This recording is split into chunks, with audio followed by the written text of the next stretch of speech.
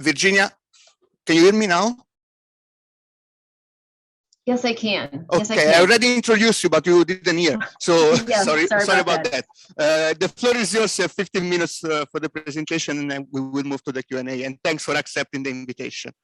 Sure thing. Thank you so much. And I apologize for the technical difficulties and also that I'm unable to join all of you at this excellent conference. I've really enjoyed the session so far. So I'll be speaking today about the informational challenges of investor stewardship in the sustainable finance transition. And actually, as with our prior panel, my presentation is not based on work of the same title, but actually on two separate projects.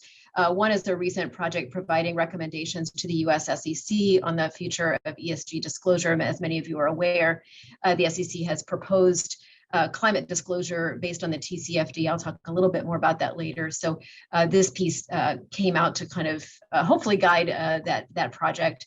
And in addition, a book chapter on sustainable finance and asset management that's forthcoming. So couple comments here just on kind of where we're at in areas that I know many of you are very familiar with regard to the underpinnings and the informational challenges, again, associated with engagement and investment. So I want to just first state the obvious, which is that asset managers and their clients are both users of sustainability related information, but also producers of it, subject to regulation in that regard in most jurisdictions. And they're also public companies in many cases, subject to corporate level disclosures that are geared toward different audiences, namely shareholders and other stakeholders. So again, a multitude of audiences that investors and asset managers are focused on. So we have clients and beneficiaries, we have shareholders, we have regulators, and we have stakeholders.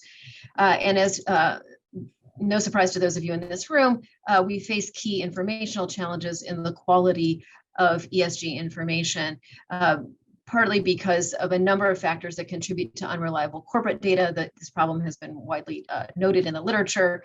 ESG blind spots at the corporate portfolio and market levels, weak ESG oversight from a corporate governance standpoint, a disconnect between reported ESG and financial performance data, standard fragmentation, selective reporting, the high cost of private data collection, which many of you are no doubt well familiar with, and the low comparability and consistency of reported data.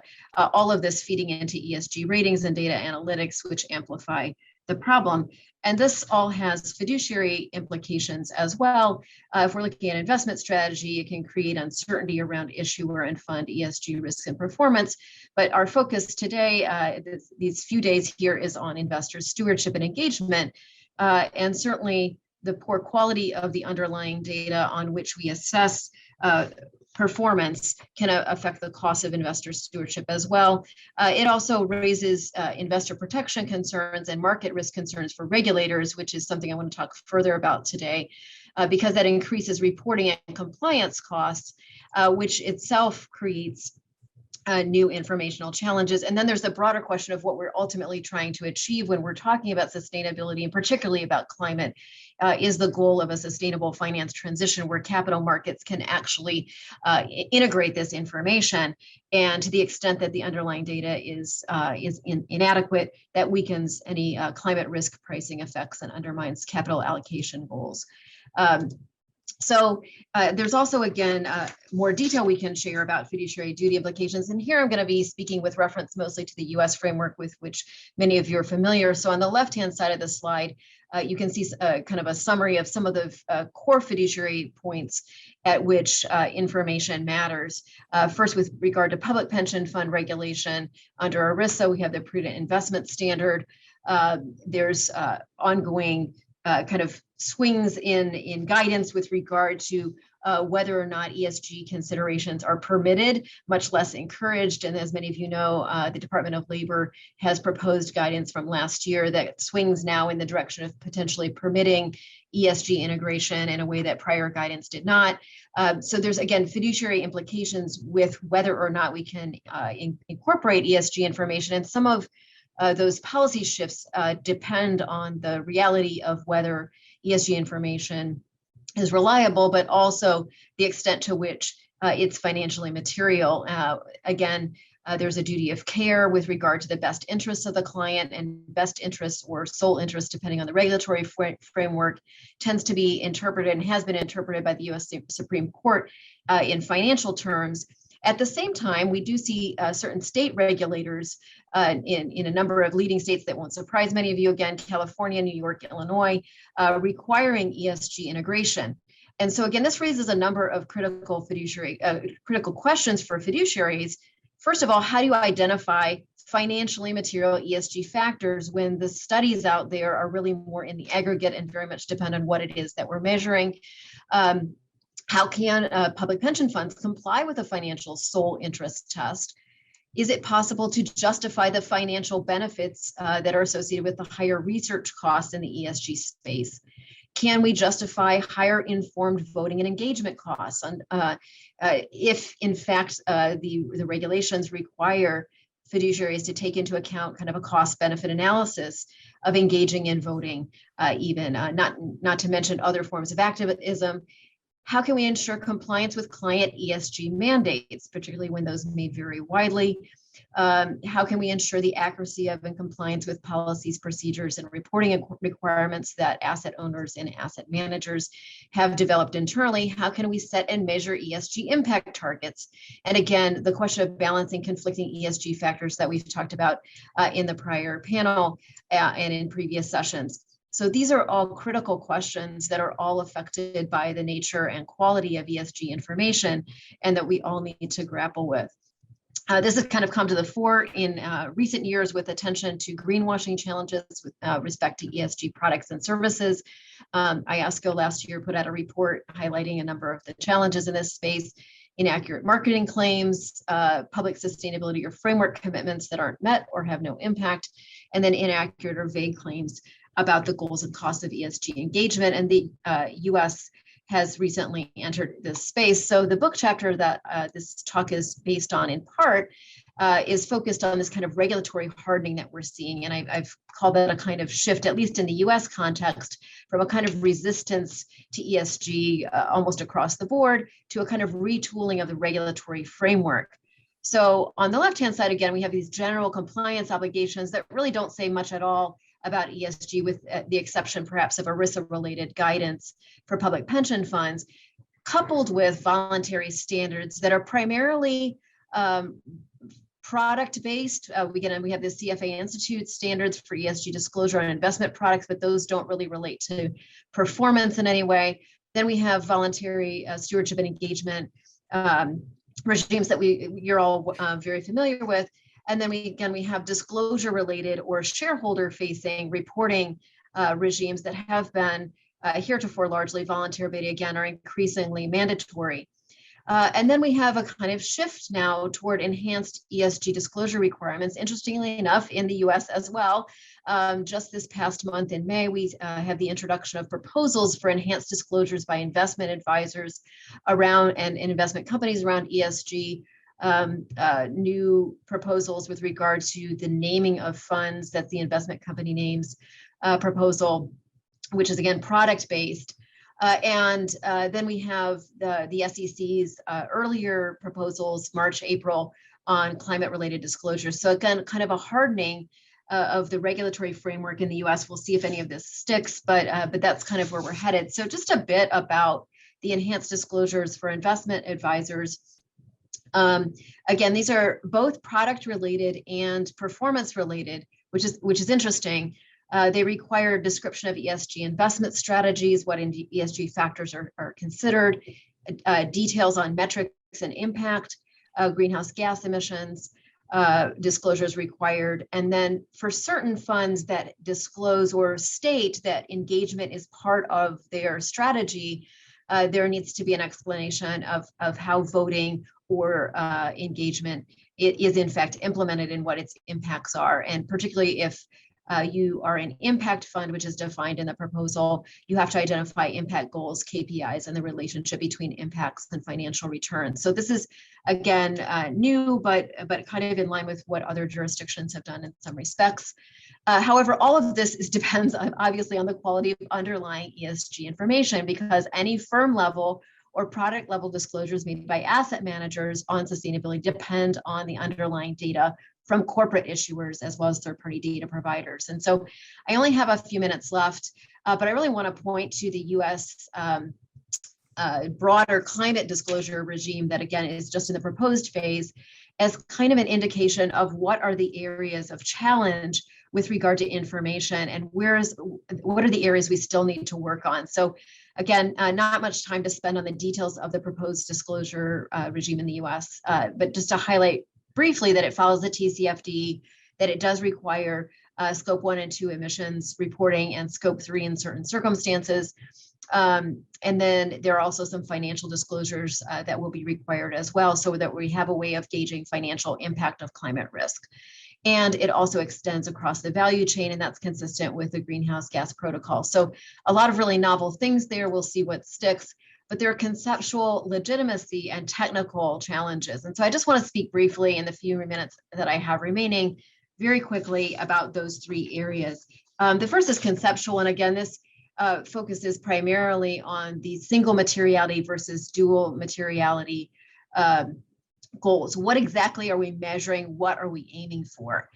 Is it really about financial risk? Is it really about climate and environmental impacts? We really need to be looking at both, obviously, but this is kind of an underlying debate. The ISSB proposal is going to start from a baseline of financial materiality, as the SEC's standard does. But question is, how can we move further than that? There's also the scope of which ESG factors. We've just been talking quite a bit about that. E versus S versus G. Should we adopt sector-specific standards like the SASB standards? And then there's the question of issuer scope and reporting boundaries. Which issuers should be covered? Should these regimes extend beyond listed firms? Obviously, the EU and the UK have taken a broader approach than the SEC has. What about corporate reporting boundaries? Is it limited to the consolidated reporting entity? Does it extend across the value chain? So we have those conceptual challenges. The SEC's proposal on climate disclosure is pretty clear that the SEC's goal is not to deal with climate-related issues generally, again, parting course from the EU's double materiality approach.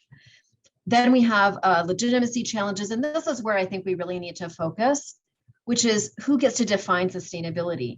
It would be great if our Congress decided that. So I'm in Hong Kong right now, but I'm really writing about the US here. Legislators have the legitimacy to do that. Other regulators, less so. This is the problem the SEC's disclosure regime faces right now. What about private standard setters? There's a reason why SASB standards were not adopted as the gold standard by the SEC, even though there was a push to do that. Institutional investors, do asset owners and asset managers now have responsibility to define what we care about? Or is it corporate boards? Is it shareholders? And that's a question for all of us here. What about beneficiaries? Again, our excellent discussion on the last panel highlighted that the UNPRI has some standards on how to provide mechanisms for asset owners to engage with beneficiaries and get a sense of what their interests are. But this is a real legitimacy challenge in this space of ESG disclosure. And then very quickly, myriad technical challenges because of the complexity of ESG information being forward-looking, risk-related, and dynamic. I'm pretty sure I'm out of time here. But again, we have continued fragmentation problems moving hopefully toward greater harmonization. And then we have the question of enforcement. This is also key in the US context. The higher enforcement risk increases the cost of disclosure and assurance, and also may push companies toward more boilerplate. At the same time, we really want these things to be enforceable. Assurance is important because of reliability. So there's a lot of technical challenges here that we need to continue to work on. So I know I'm out of time. So I'm going to suggest that all of you in the room who are asset owners and asset managers, keep up the good work, keep pushing toward greater harmonization so we can improve the quality of disclosure. That's going to be pretty critical, whether through shareholder proposals or otherwise, and continue to push forward on the double materiality front because it's unlikely that our baseline standards will get us there, which is where we are on the mandatory disclosure front. So a couple of questions I have is how far can we actually get towards sustainability given the kind of financial materiality boundaries that we have under our fiduciary rules, at least in the US and in other jurisdictions as well. But I'll stop there. Those are questions I have. Happy to hear yours. Thank you. Thank you very much. And I may need some help just for volume reasons for relaying questions from the chat or from the floor. Okay, questions on the floor? So, yeah, Tom.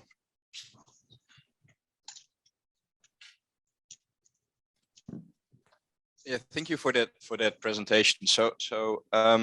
We've basically normalized the idea that we should talk about ESG in this context, that it's normal to basically treat completely analytically inconsistent and incoherent concepts together when we ask questions like the ones that you're asking.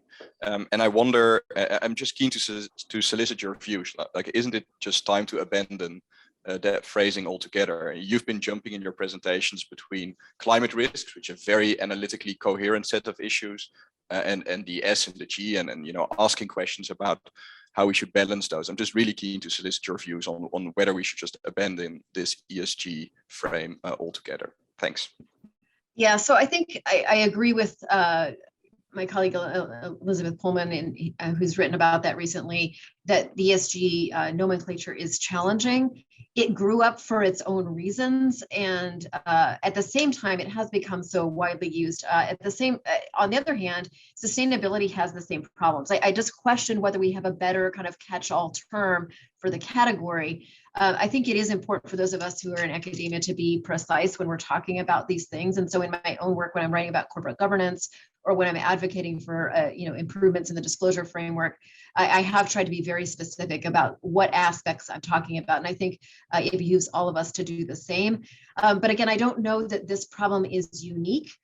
We have the same problem with regard to terms like shareholder primacy or stakeholder orientation, or even shareholder wealth maximization. Is that stock market focused? Is it long-term? Is it short-term? So I'm not sure that we're going to come up with a magic nomenclature. I wish we could. I don't know that I have a view as to how long or whether we should keep ESG. Where I'm at right now is that I don't think we have a better alternative, and any alternative is likely to suffer from the same problems. So I think maybe what we need to do is just be more precise and granular when we're referring to these issues. And I know this presentation was kind of a kitchen sink approach in some respects, so I apologize for that. But I do hear the criticism, and I'm glad that we're engaging around it.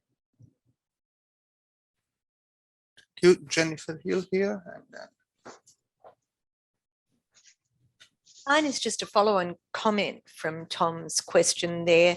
I guess one reason why you wouldn't want to discard ESG is that it's got so much traction. When you look at how little traction over the years CSR got, and suddenly, boards of companies are electrified by ESG. Well, how did that come about?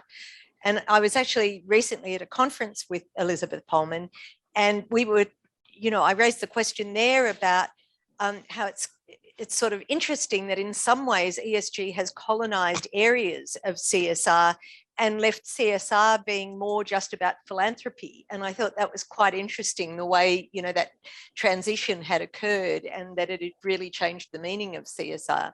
So, that's one reason not to get rid of ESG, the fact that people actually pay attention to it now.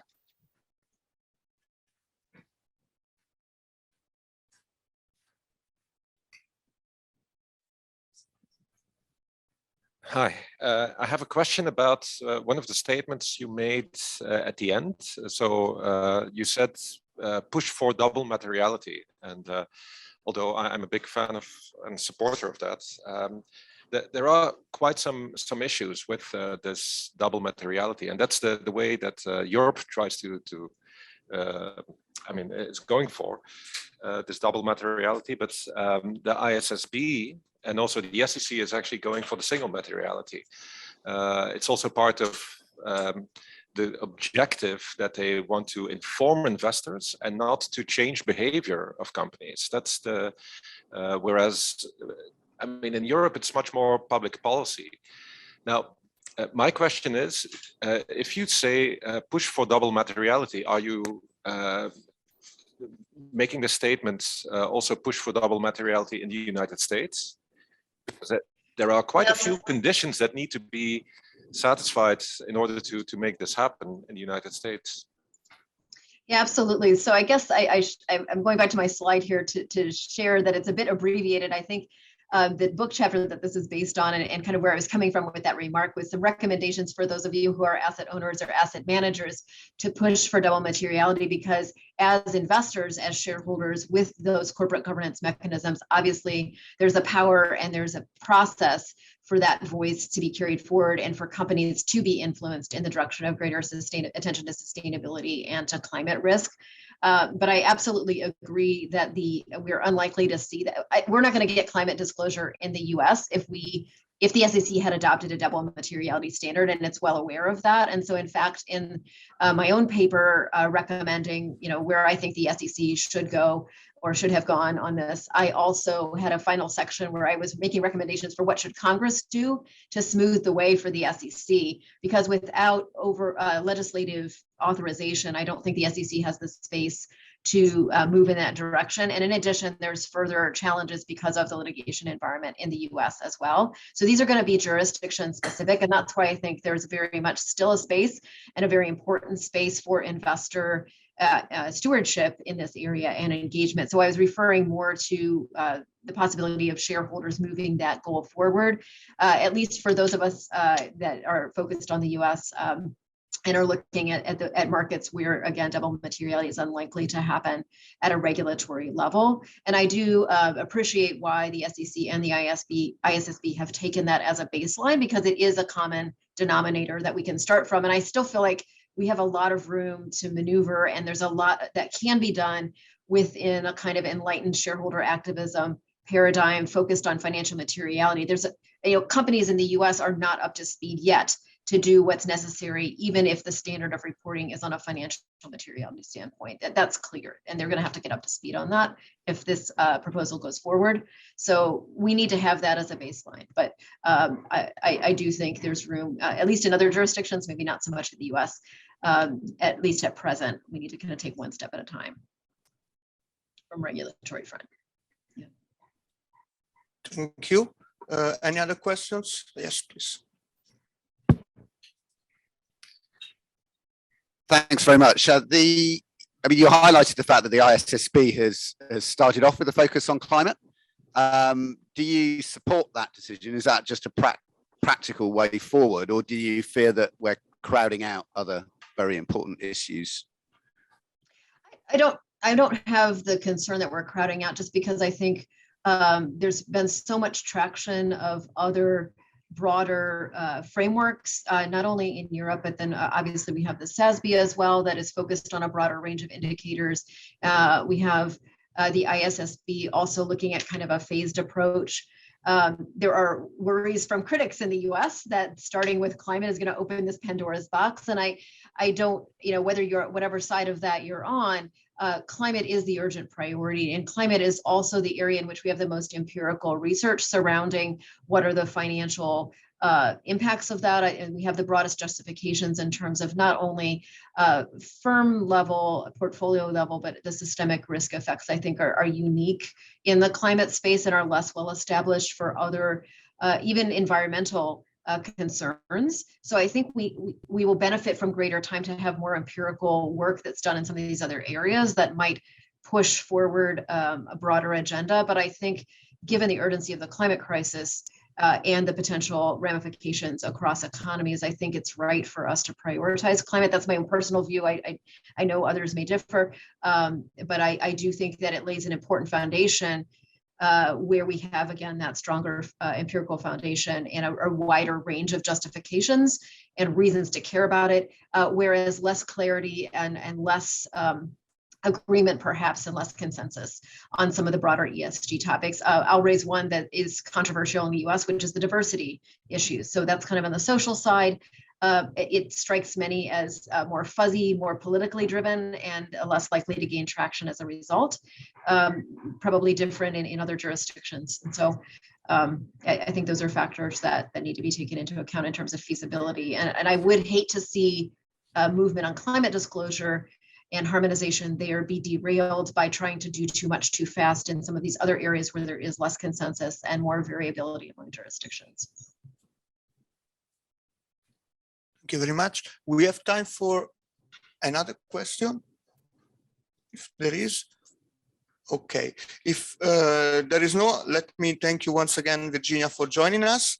And we wait for you in Amsterdam and in another occasion. I'm sure we'll come soon. Certainly look forward to it.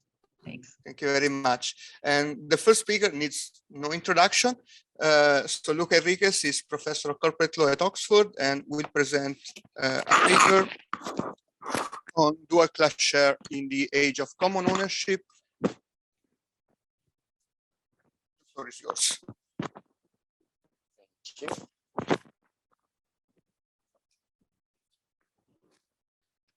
Great.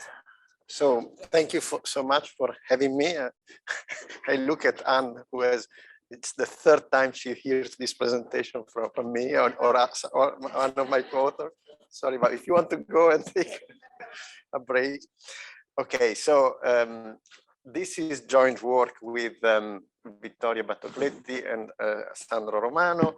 And what we do in this paper is we put together two debates, the one on common ownership and the one on dual class shares, with the premise that we have now two kinds of shareholders, more than in the past. Let's say there are those who, like in the original mind frame of those who thought about corporate law, will want to maximize firm value, but we now also have shareholders whose legal duty actually is to maximize the portfolio that they usually manage on behalf of others.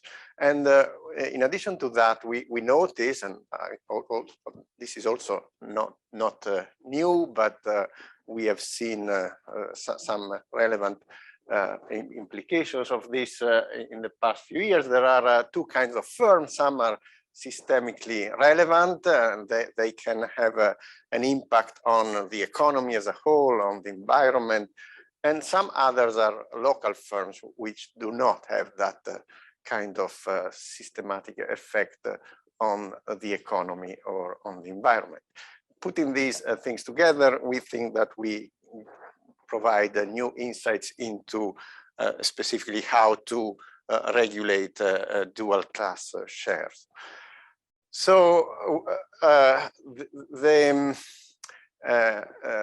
yes, so and the outcome of these reflections is that there should be two different corporate law regimes for dual class shares, one for local firms and one for systemically relevant firms. And this is based on another paper with Sandro Romano, which was recently published in the Arizona Law Review. So two kinds of shareholders to start with. We have people like Mark Zuckerberg and Warren Buffett, who are invested almost exclusively in the companies that they founded and that they are the CEO or the chair of. And clearly what they want is that these companies do as best as they can, as many profits as they can produce. They really don't care about the rest of the universe of listed companies. Actually, they want their competitors to do worse than their own companies. And then we have portfolio value maximizers like BlackRock, here represented by its founder CEO, who actually, as I said, have a legal duty to manage each individual mutual fund in a way that maximizes the aggregate value of the portfolio, and therefore do not necessarily care about how each individual company performs within the portfolio, because someone's gains, profits may be other companies' losses within the portfolio. What they care is about the size of the total pie of their portfolios, of course, for each individual client or fund. And then we have two kinds of firms. On the one hand, we have the systemically relevant firms like Lehman Brothers for the financial system, but also for the economy as a whole, as we learned, whose failure can have repercussions on the entire economy. We have what are now known as carbon majors, which are emitters of huge amounts of greenhouse gases and who individually have an impact, a significant impact on climate change. But then we also have smaller firms which are not, which do not have these characteristics. And here I chose two because one of my co-authors is from Naples, the other one is from Friuli, and these are, well, one must be a New York local firm, but still with some links with Naples, and that's to pay homage to them. So two debates then. One is the debate on common ownership. You will be familiar with them, so I will be very quick. Common ownership, and more specifically, actually, horizontal shareholdings occurs when an investor, usually an institutional investor, owns stake in more than one horizontal competitor. And there is a huge debate among economists and lawyers about the effects and implications of common ownership, because one important effect of common ownership may be that this leads to lower levels of competition, because why, as a manager, should you want to compete if you know that your shareholders don't care about whether you do better than the others? So why not to collude and more or less try to maximize the profits within the industry by basically, again, colluding. And there is empirical evidence to this effect for at least some industries. Then there is the dual class shares debate. You know, again, you are familiar with the fact that dual class shares break down the relationship between cash flow rights and voting rights, which gives rise to a risk of entrenchment for the controlling shareholders and possibly higher agency costs, because they cannot be ousted via hostile takeover, and they can therefore manage the company as they wish, even to maximize their own private benefits of control rather than value of the firm as a whole. There is a well, and I won't say alternative, because there is also the view that recognizes that there might be a justification for dual class share structures, in that they provide, they allow insiders, to pursue their idiosyncratic visions and focus on long-term goal, because they don't have to worry about the impact of their long-term idiosyncratic vision on the share price today, because again, nothing much can happen to their control of the company if the market judges them, their management strategies negatively. And of course, this has been the matter of concern for legal scholars, including some who are on the right side of this room, but also for institutional investors, right and left, actually. There's also Alessio, who there are institutional investors who tend to advocate sunset clauses for dual class share structures based on concern of increasing agency cost with time. So one point that we make in this paper is that dual class shares insiders, those who control companies with dual class shares, what they do is that they can impose their firm value maximizing preferences and neglect the preferences of institutional investors that are now, of course, have now a pervasive presence in the capital of listed firms, and therefore they can neglect the preferences for portfolio value maximization and, for example, for industry profit maximization rather than firm level maximization.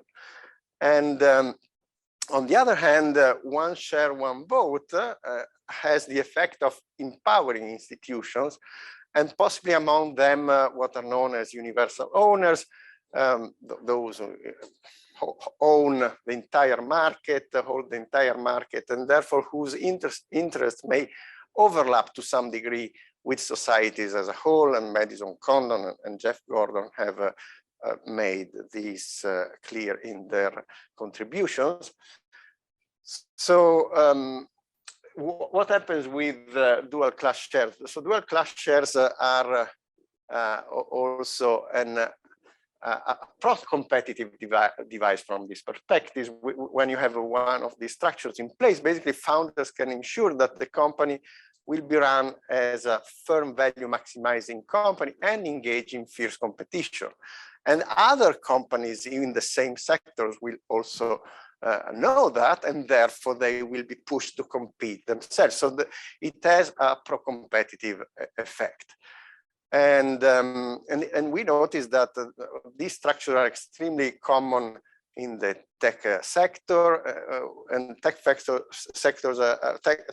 firms are usually highly disruptive. Well, they tend then to monopolize the markets where they become dominant, but they also tend to enter new markets, and they have done so repeatedly.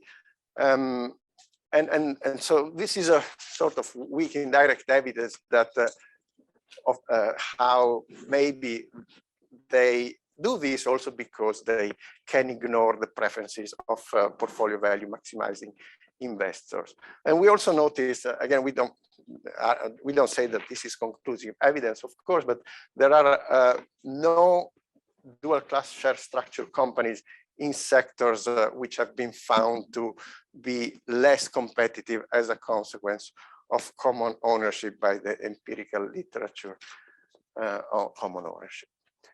And then we move on to say something about the debate on dual class shares and mandatory time-based sunset. Of course, I look at Kobe here, who has written with Lucian Bebchuk on this. So there are some who argue that there should be limits to dual class shares. For example, there should be a time-based sunset clause because these structures tend to become less efficient after some time post-IPO because the founders may lose their touch, this sort of idea, which may lead to them actually focusing on private benefits rather than firm value maximization. And so some argue that there should be a mandatory sunset clause, which is actually what the UK has decided to insert in its new listing rules, allowing for dual class shares. And a number of contributions had highlighted the drawbacks of this approach. There is Fish and her co-authors who have shown that there is a risk of moral hazard. It increases the incentive for founders to abuse control very close to the sunset, when the sunset expires. And it's difficult to find what the right time is for individual companies. And also it's hard to, it's not so clear that idiosyncratic vision fades away so quickly. We add to this that, of course, this way power is automatically returned to common owners, and that may therefore also have an impact on competition and also the other effects of common ownership, of which reduced competition is one. So Bebchuk and Kobe has argued that yes, there are these limits to a mandatory sunset, but this can perhaps be solved by letting shareholders vote on whether to extend the sunset. There's others, there is the issue of whether an institutional investor will have the incentives to give the informed votes in this matter. And Betchu, Scott, and Cohen have argued that there may be doubts about this in general terms, of course, not with regard to this specific topic, but we also argue that portfolio value maximizing shareholders may vote against extending the sunset, even when it is in the firm's interest to retain it, because what they want is actually portfolio value maximization, and no dual class shares may make it possible for them to be shareholders of a company that doesn't compete as aggressively and therefore have the monopoly profits that come with collusion within an industry. I have 1 minute, and I'm happy with that, because then there is the second part of the paper, which I will confess is the weaker part of the paper.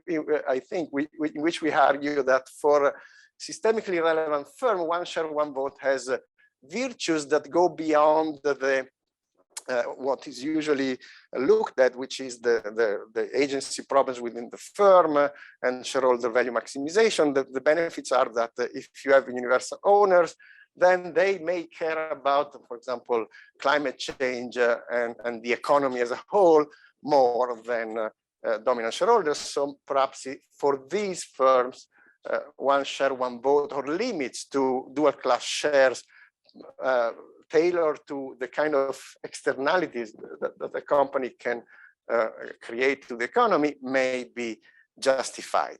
So we take climate change as an example, and we propose that there might be a different weight for the voting rights of the founders depending on how much their companies emit in terms of greenhouse gases, which has the problem that there is only one carbon major that is also a dual class share company, so it wouldn't have very broad application. But having said that, I have to go to the conclusion. So, we think we gives a sense of why the debate about dual class shares should be broadened to consider the universe of owners that we see nowadays in firms, with portfolio value maximizer having a central role, being also horizontal shareholders and therefore pushing for less competition, and that may be something to be considered when thinking about policies in this area. Thank you for your attention.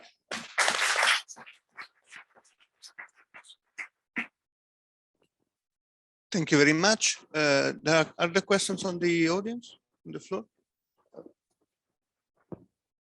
Suren and then Christoph.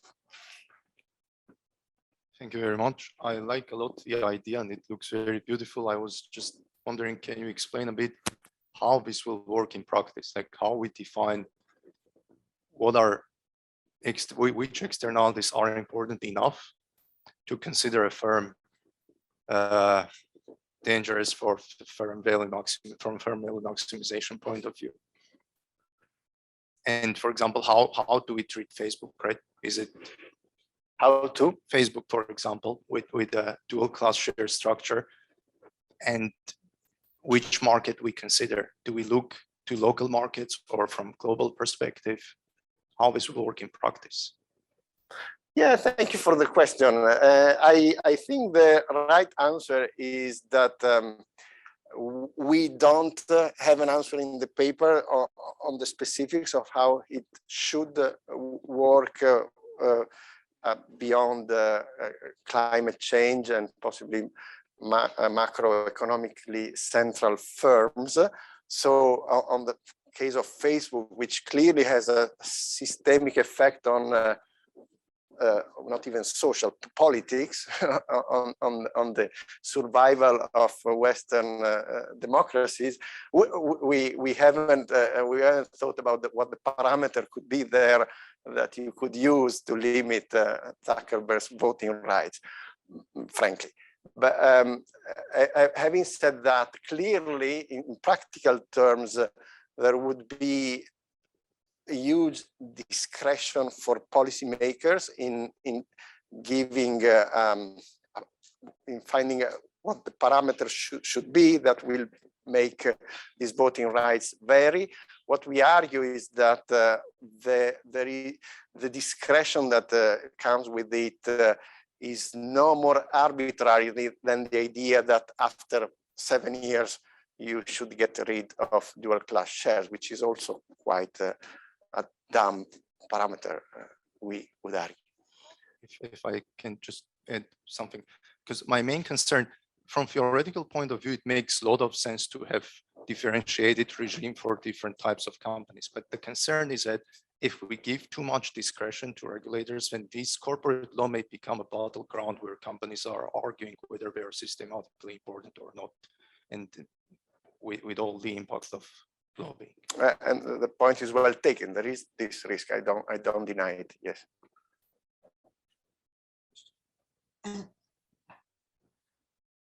Thank you very much, Luca. Very interesting. I was wondering, because it seems that you look very specifically, at least that's my belief, to the American market. If you copy paste that to the European market, I was wondering whether you could then expand your model a little bit towards other types that are also listed, simple listed companies that in fact have full power all the time, so that the question never pops up whether we ever could have a sunset clause necessary. Think about Hermes in France, where you have, I don't know the exact wording, Société Commandite is, what type could you translate it? It's property, you can't really translate it. So in fact, they have all the time all the power. They should never, in fact, care about anything on the market. Could, in fact, in certain circumstances, be aligned with the interest of the portfolio managers because they can cope with it, because they don't have to worry about the individual firm value. That could be in contrast because they have the power all the time. So it's simply a question. You only do it in your model, a little bit like the Facebook with the dual class share structure, but it not necessarily has to start that this is an option. In fact, the Italian market is a nice example. The dual class shares that have been introduced in all those companies to a large extent, Giovanni will say whether it's true or not, they're already companies that were controlled. So it doesn't matter that much. So I was wondering whether you could, for a large part of the market that you investigate, you could make this differentiation between the question of the portfolio management and the individual firm value maximization, as they are outside your scope. I'm not sure I will give you an answer, but the point I think is that, sure, so controlling shareholders, first of all, there are many ways around the one share, many techniques that you can use to empower founders with greater control of the company than cash flow rights would grant them. Sure, and you can adapt the rules to account for that. I mean, Israel has done that. Now Israel basically has taken care of all the possible ways of deviating from one share, one vote, including pyramids.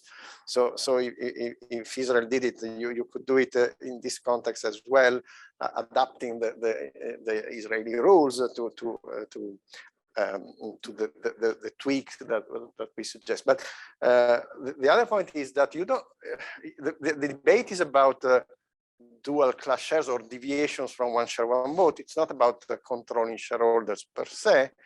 And the reason for that is, I think, intuitive, that with dual class shares, you can grow considerably as a company without the controller worrying about losing control. And therefore, these companies tend to be able to become larger, which means more powerful disruptors if what they are doing is to compete aggressively, and larger emitters or systemically relevant firms for the economy. Again, not sure I responded, but. Thank you. Colby, I think since you were quoted so much, I think you have the right to word, and then Greg. Piece. I think it would be, I mean, the building, I think it's very interesting, and you know, the way you broaden the debate and look at it from a broader sense. I think you may want to engage with the literature like pieces like the one by Edoardo and Marcel Kahn, and also Roberto Tallarita is going to present something today that is quite skeptical to the ability of those big three to act. So we have the evidence, but they are limited to the airline industry. And then are they really able to look at the portfolio, to adopt a portfolio view? They are running into a lot of problems, fiduciary issues. So to what extent it's a real danger is really important, because it's an important building block in your argument as to why we want to limit dual class in that regard. Absolutely fair point. Intuitively, so well, first of all, Rock and Kahn, I don't buy much of what they say in that piece. Tallarita's point is uncontestable. That is, there is only partial alignment. That's for sure. What the point we make is relative. So relative to Zuckerberg, BlackRock should be more sensitive to externalities and so on. So if the wedge between the two is wide enough, yes, we may say something more about it, but that's the intuition. Thank you. I have Greta and Matt. Probably we can, if we have 5 minutes, probably we can take the three and then. Sure. I actually think my question is a follow-up of Kobe's, and that would be a bit of a clarification, because sometimes you say, well, these common owners actually don't care how the firm perform, right? They care more about their portfolio, but then you say, well, dual class share structure would allow the managers or the founders to actually ignore the preferences of common owners. So which theory do you subscribe? Is it because they're bad governance that they don't care?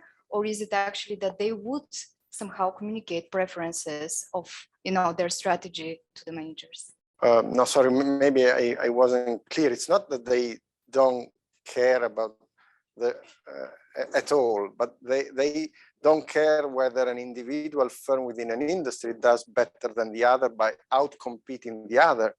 What they seem to prefer, and again, there's an empirical literature on this, is collusion among these firms, so that they all go well in the sense that they reduce output, increase prices, and therefore make monopoly profits. In that sense, the dual class share owners, founders can ignore these preferences and focus on what they care about, which is the success of their own firm. Okay, thank you. And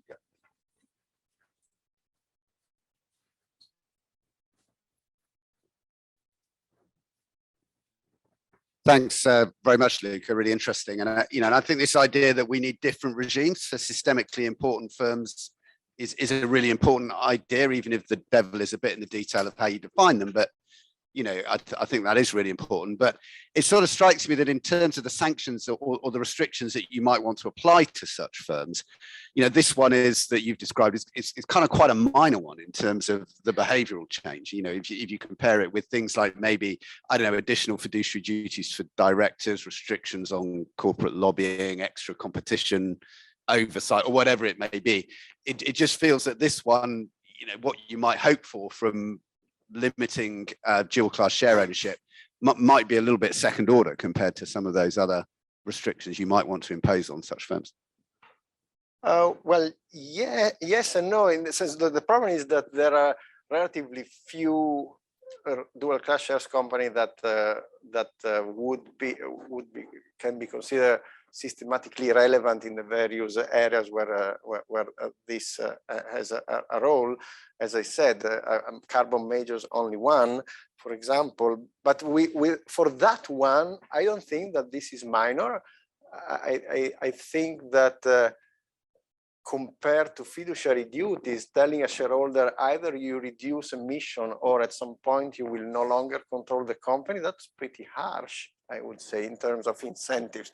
And it's also gradual in the sense that it's not a switch. You can still preserve ownership, stronger voting rights by starting to reduce your emissions. So it could be tailored in a way that leads in the right direction, in a way that I would argue, and of course, well, Tom may have something to say about this later, fiduciary duties may not do as effective. Thank you, Professor. I would have two quick questions. The first is how the categories of systemically relevant firms and local firms could relate to listed and non-listed in terms, like, could it be a good approximation also for certainty? And the second question is, have you considered or will you consider other control enhancing mechanisms other than dual class share, which are more common in maybe in Southern Europe, such as pyramid or shareholders agreements? Thank you. Yes, I think I answered the second question when I gave a response to Christoph, and I see no reason why you couldn't think about similar tweaks to the laws to deal with these other control enhancing mechanisms. You mentioned the distinction between listed and non-listed. I guess the intuition there is that if you impose limits on dual class shares, you reduce the incentives to list. So these companies will continue, for example, to emit carbon in the dark without the scrutiny of public opinion that comes with listing, and that is indeed a concern that should be tackled. And Tom, John Armour, and I have another project that deals more broadly with that issue. So in this paper, I must say we have nothing to say about that, and I acknowledge that may be an issue. Thank you very much. Thank you for your presentation, and we move to the last one.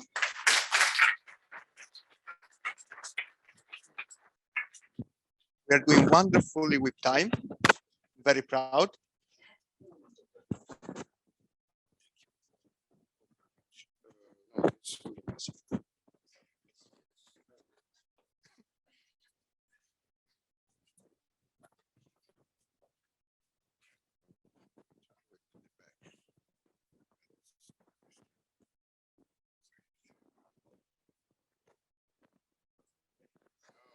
No, David, but I need that, otherwise nobody will do it. And this is the moment I was waiting for. Alessio, the floor is yours. Yes, thank you. I'm almost ready. No, this way, and then. All right. Also managed to put this on. So hoping that everyone can hear me. If not, Edoardo will tell. So this is not even a paper. It's a beginning of a project, very early stage. Nothing more than a collection of ideas pointing to a corporate law problem. That is the title: the tension between investor engagement, management vision, and sustainability. So it's basically fishing from comments. I've divided this presentation in 5 parts. The first, starting from the problem of climate change and the necessity to enter into a very uncertain transition phase, the opportunity to deal with the problem represented by institutional investor ownership, and a theoretical and an empirical discussion of whether engagement on CO2 actually makes sense or not, and kind of spoiling the answer that it does make sense both theoretically and empirically. The main obstacle that I see towards that happening is greenwashing, and a legal opportunity to fix it in Europe is the EU taxonomy.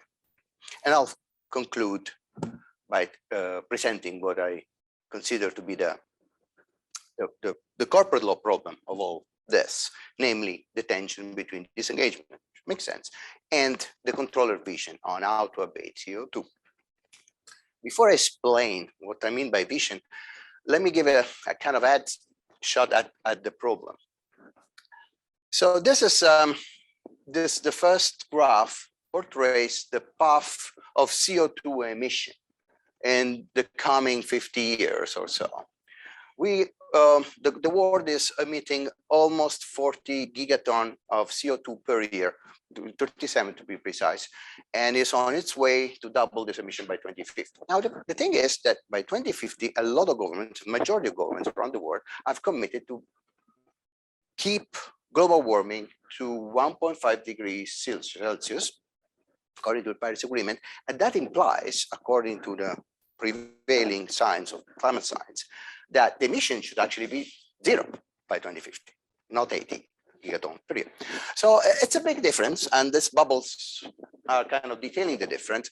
This other graph is like a history of emission. So I'm talking about something very concrete here.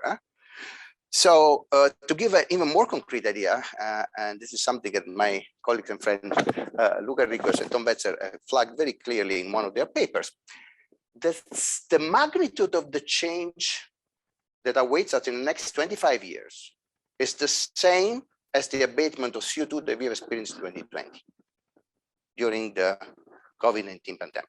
So we're talking about something big. Now, here is something that makes it even bigger in a sense. We have no clue how to get there. Okay? And 100 years ago, a scholar at Chicago, Frank Knight, divided our understanding of the future in two big notions. Risk is what we do in 95, if not 98% of finance. So describing the future as a number of states of the world with a touch probability that all add that to 1. Okay, this is what we do when we do finance. When we make choices about the future, most of the time, in some situations more than in others, we actually face a different future that we cannot describe in this way. And that's called fundamental uncertainty.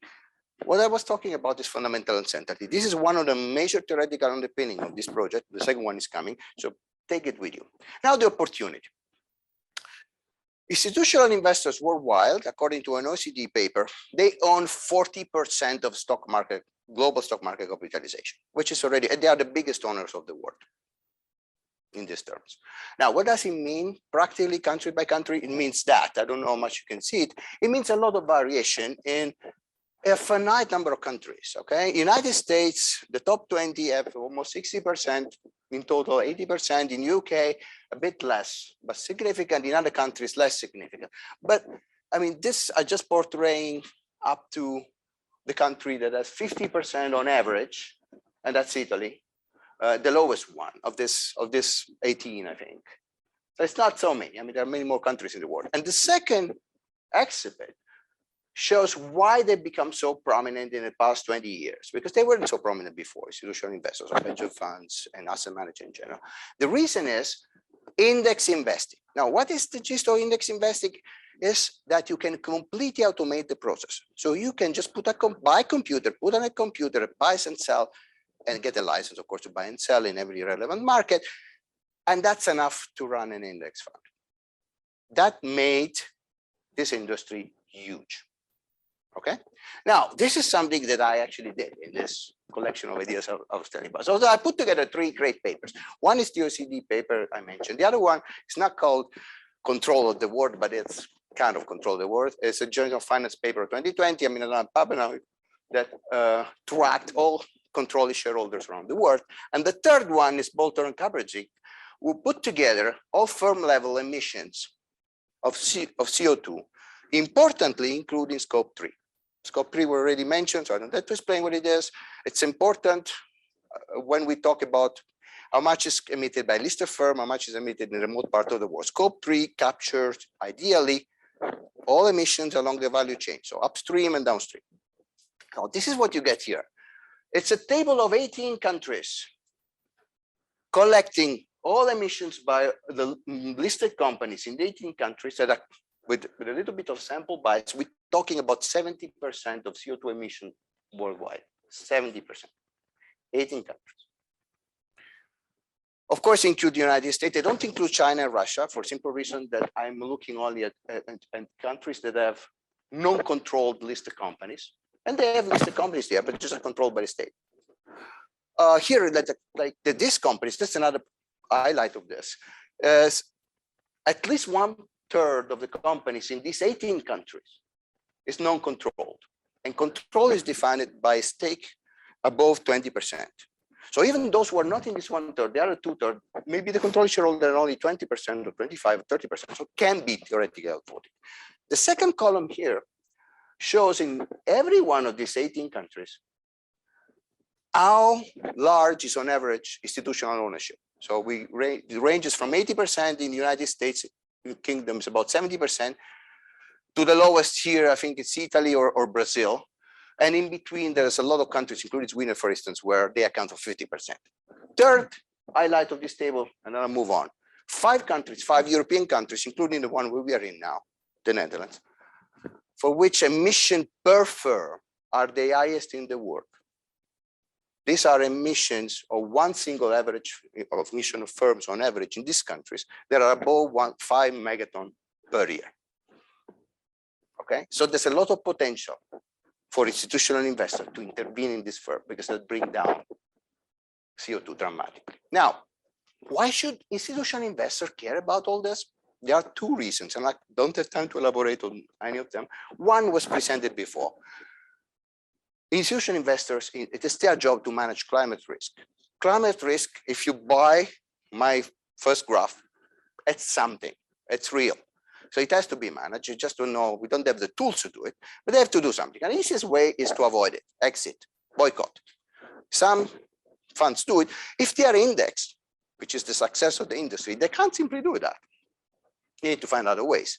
And one of the ways to minimize climate risk, if you cannot exit, is to engage, to use voice. There are complications here, I cannot cover them.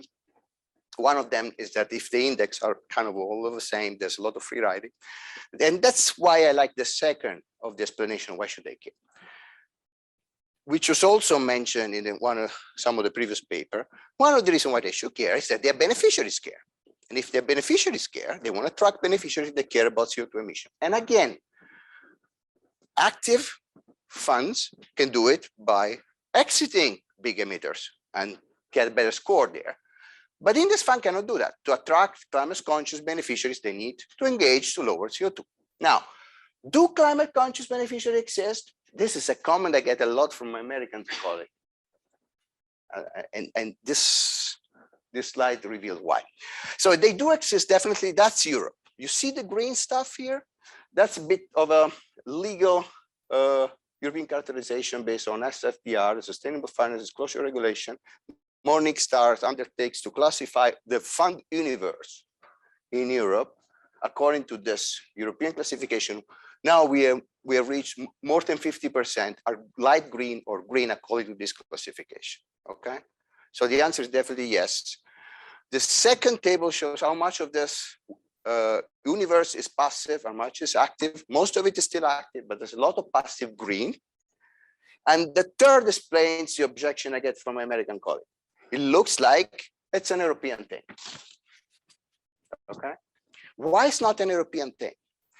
Because if you move away from this descriptive statistics, you go take 2 papers that use 2 natural experiments to tease out the causality and how beneficiary behavior. These 2 papers, this is a kind of famous one, that's Manchester 2019 Journal of Finance.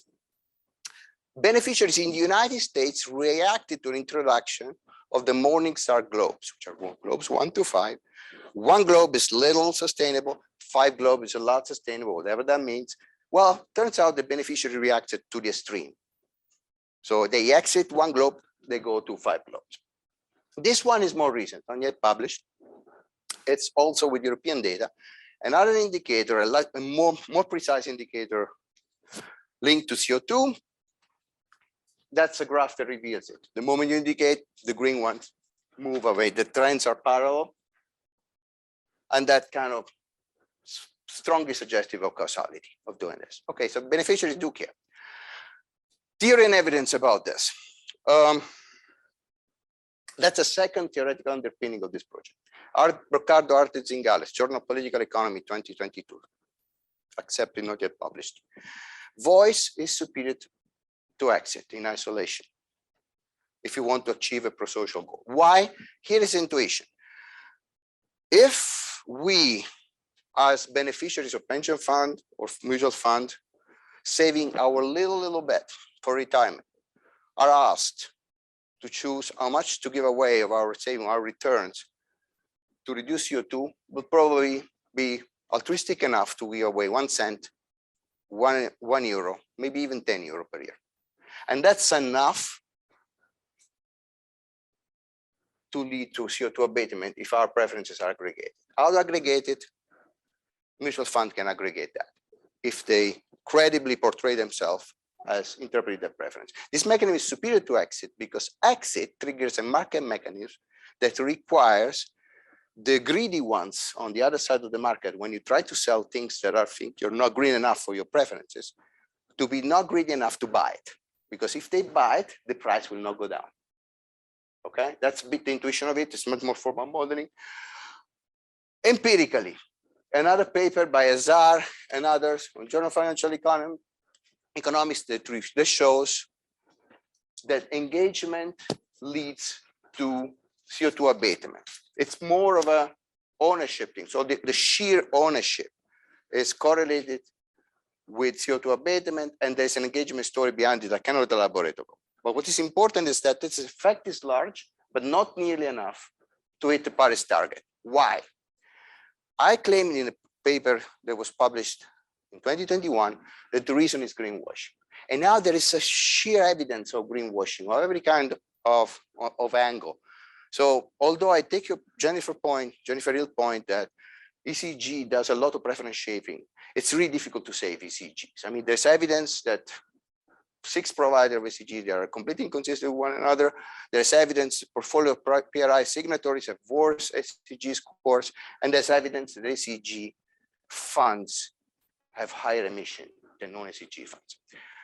How can the EU taxonomy that unfortunately I cannot describe act as a curb on this? The EU taxonomy as a threshold, it works with threshold. It's definitely imperfect, it's as imperfect as regulation can be, but it's set threshold. And the threshold go down to the single beneficiary that when is offered an investment, is to be offered a suitable investment defined according to a new definition entering into force in August 2022, sustainability preferences. Sustainability preference defined in terms of CO2 emission or taxonomy alignment or other quantitative indicator. That's enough for now. I've written on it, but that's not what I want to talk about today. I hope I have 1 minute to do it.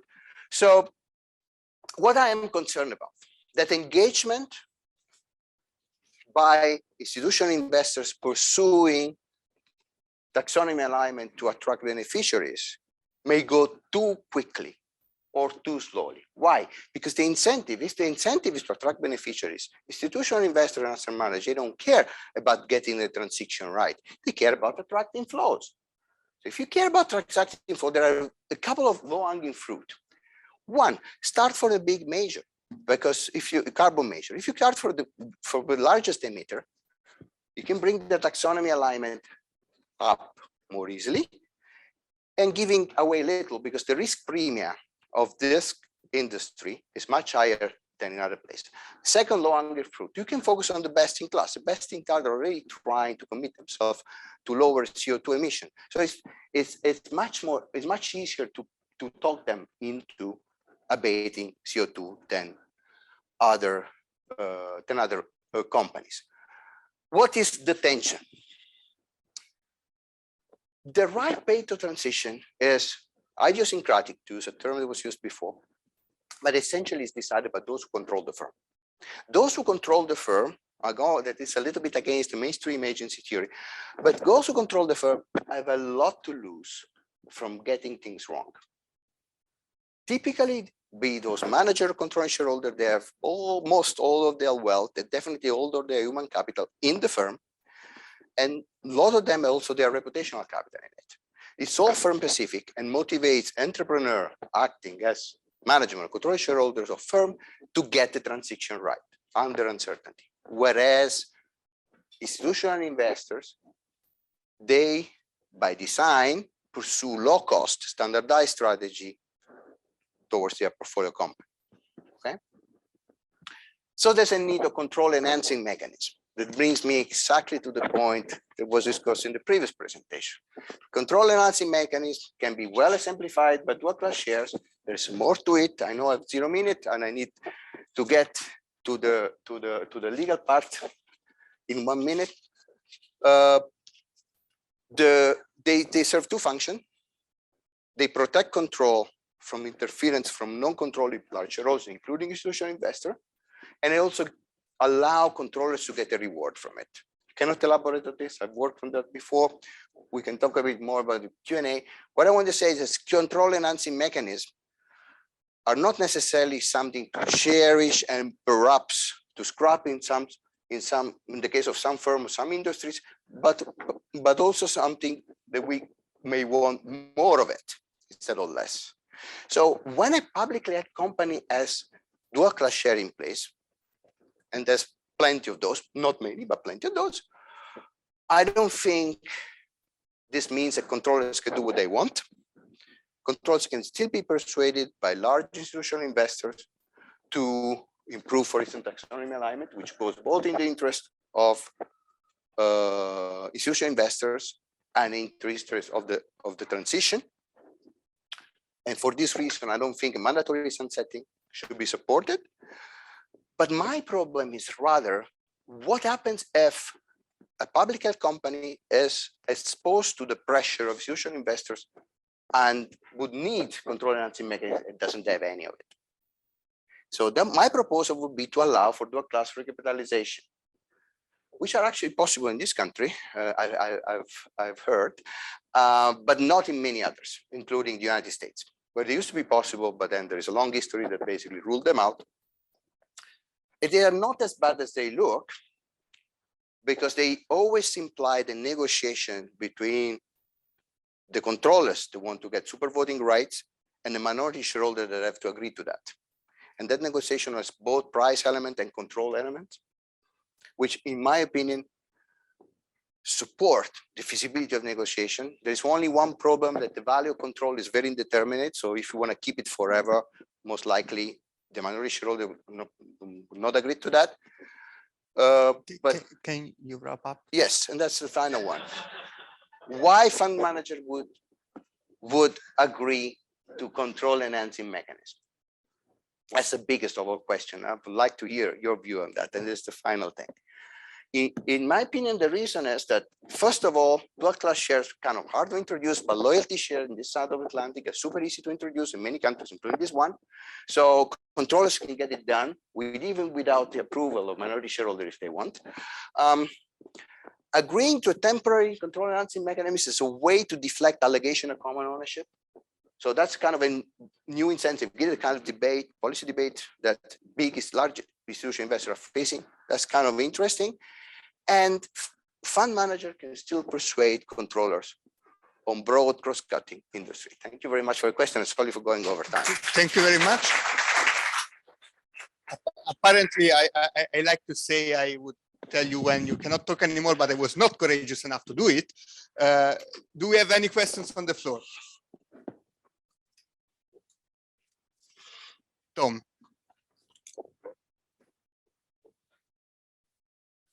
Thank you, Alessio. I think this is a great project. I'm really curious to see where you're going to take it. So a few questions. So one point that you made is that large controllers don't know what the pace of transition will be, that it's an idiosyncratic decision.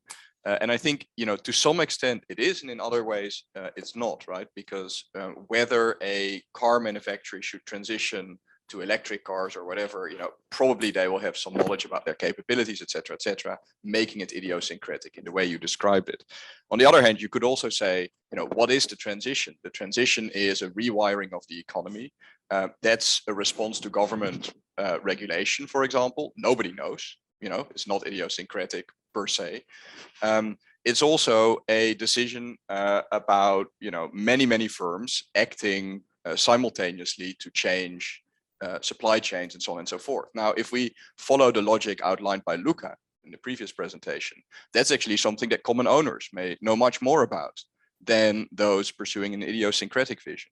So just, more as a comment than as a question, I just wanted to put that out there. Thanks. Thank you. Shall I? Please. So I think this is great. One example that I didn't have time to make is the decision on how quickly to decarbonize transportation and what kind of transportation you want to invest in, like hydrogen, electrical, we don't know, right? So I think that is a good example describing the idiosyncratic dimension of this decision. The other one is exactly the cross-cutting issue that I was mentioning. So I think there should be a dialogue. Problem is that whereas, in my opinion, the controller has high-powered incentives to get it right under uncertainty, to get firm-specific decision right under uncertainty, the incentive of institutional investors are to get it right broadly. So what you said about supply chain, I think is a great example, because supply chain work kind of comparably across industry. And this is something for which they could give a contribution. It's not necessarily common ownership. I mean, it's not like colluding for price. Well, we can discuss about it, but certainly it's a valuable input. Yeah.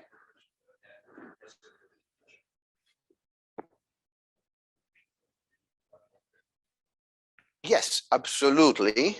So I think Tom said that from the online audience that there's evidence that common ownership kind of coordinate innovation, and I'm aware of that.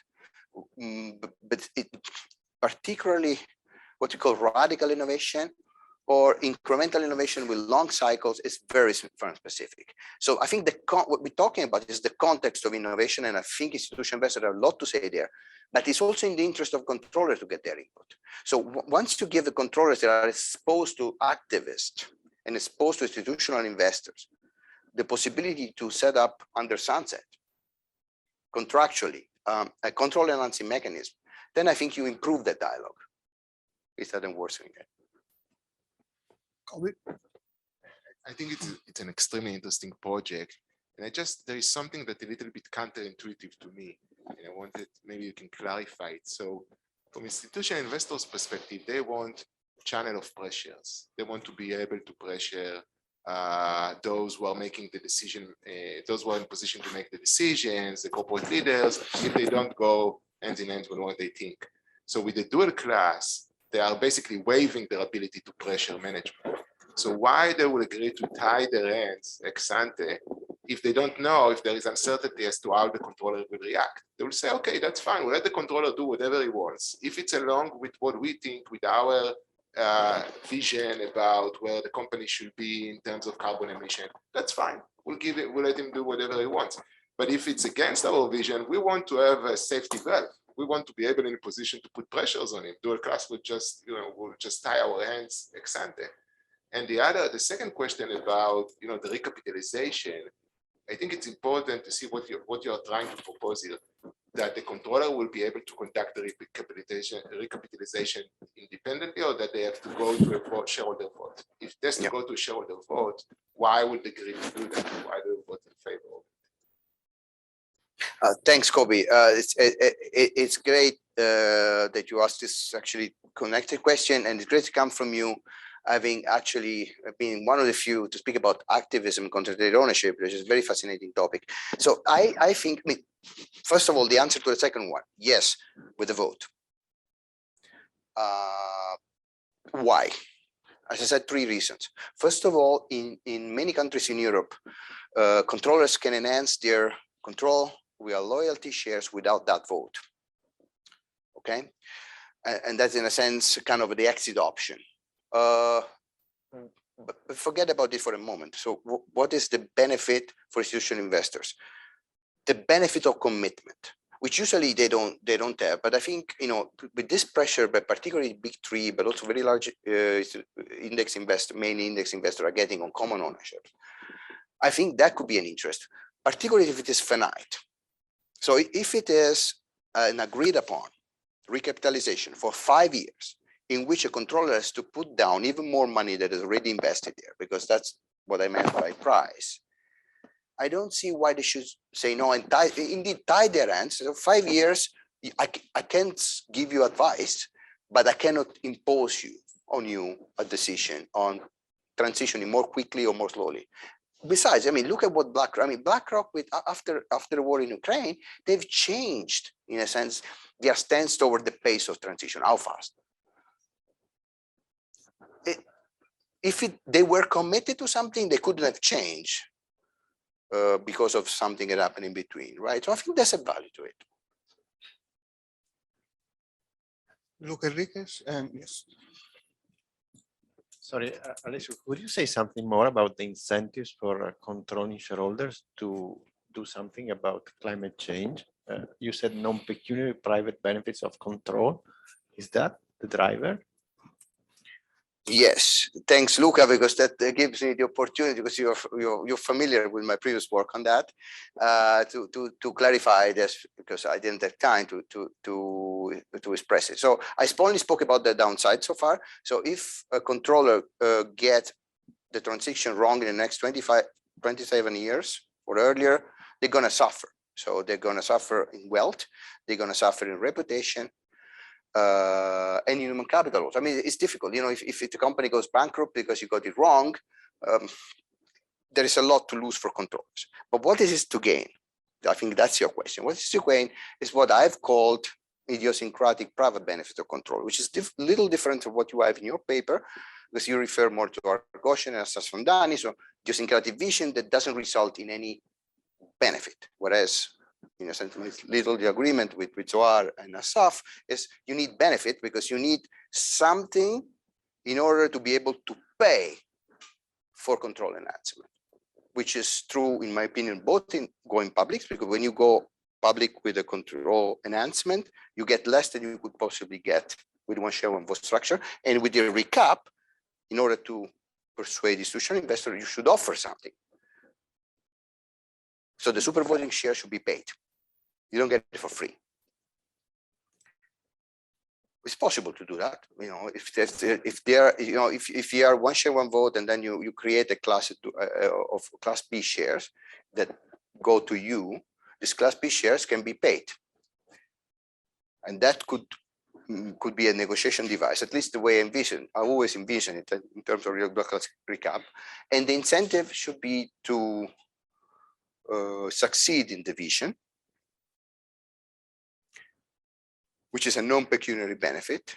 And if you have the indefinite entitlement control, of course, it goes away with sunset.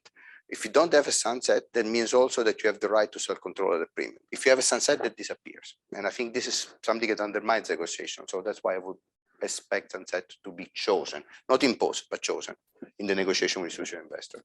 Okay, but I can elaborate more on that. I mean, I understand it's not that easy to. We have the last two questions. So one is from the chat from Kenneth, and so Marian can read, and then we coupled with your question, and then you have 30 seconds to answer.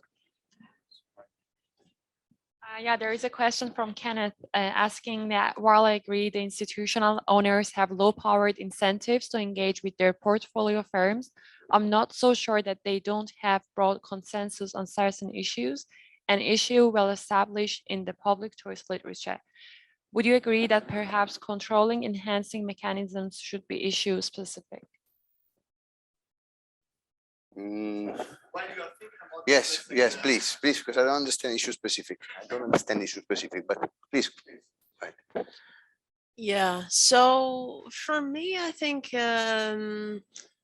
dual class shares, I mean, most of the time, particularly if you look at not just environmental things, but also social things like big tech companies, dual class shares mostly just leave the C-levels completely unaccountable. The other thing also is that we're looking myopically at ESG ratings, but perhaps extractiveness of the company in form of buybacks is creating the incentive structure that is causing them to externalize the costs onto our environment and then to the society.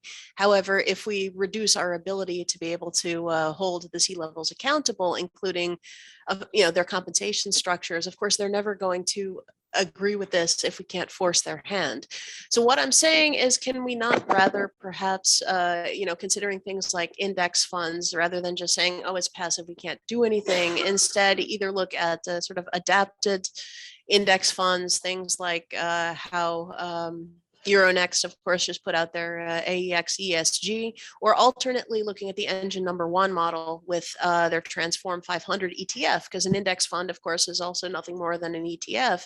And we can add a shareholder component to that. So rather than giving up our control, should we rather not be enhancing our control?